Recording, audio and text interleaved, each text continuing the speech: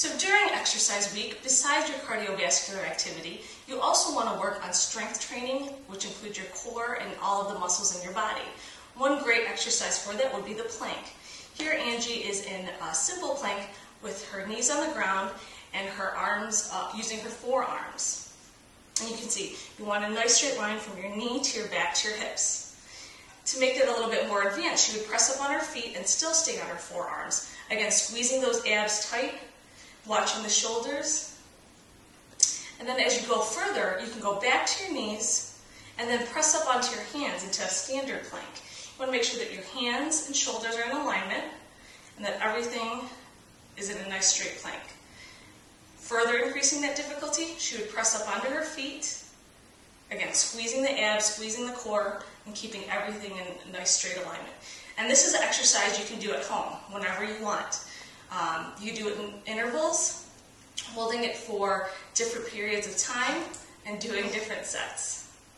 Another plank that you can do is a side plank to really work your shoulders and your oblique muscles. So here Angie has her bottom knee down and her top leg is straight. To increase the difficulty, she can bring her arm up and bring her legs both straight. And same thing, you would hold that there for a certain amount of time, release, and try to repeat. Obviously doing both sides of that plank. So when you're first starting out with push-ups, a good one to start with is on the wall, and you want to keep your arms shoulder width apart. And then the easier version is to keep your legs shoulder width apart as well. To deepen the intensity, you're going to want to put your legs together and continue with your arms shoulder width apart. I do the easy push-ups. And another version of push-ups to increase your intensity a little bit is you can use your stairs at home. Again, for a little bit easier version, keep your feet shoulder width apart. And then once you get used to these, you're going to want to put your feet together, and that's going to make those a little bit harder for you. Oh yeah. Again, just another form of push-ups that you can do if you're not ready for the floor push-ups. Another form of push-up that you can do if you have a balance ball, but you don't need to, is to use the balance ball as a lever. So the further you walk out on the ball, the more difficult it is. Oh yeah, get it. Same thing, of course, that plank formation, pressing all the way down, all the way up. Breathing is key. You want to get oxygen to the muscles so they work for you.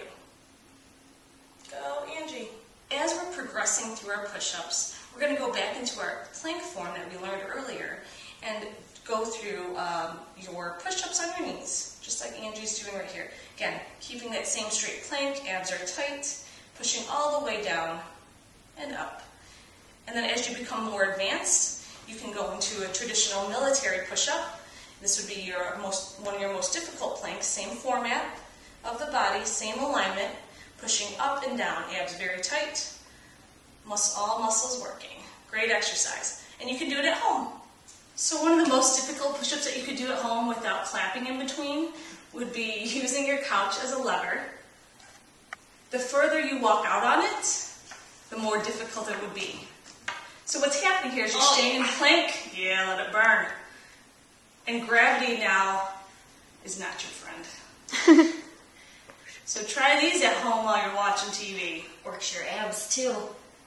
Work it, twerk it, go Angie. Another exercise that you can do for your arms at home is tricep dips. So Grace is going to be up on the stool that's a little bit higher. These are going to be for when you first start out. And I'm going to be on the chair that's a little bit lower. These are a little more higher intensity. So whatever your comfort level is. But you're just going to go down and up.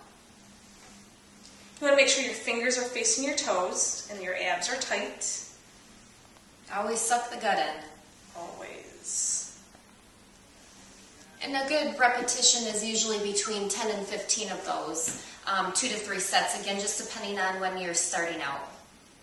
You also want to remember to counteract and continue to work those abs. Anytime you can do crunches or sit-ups is always a good thing. Make sure you breathe through them and really squeeze those abs tight. That's also going to help strengthen your core and help prevent back injury as well.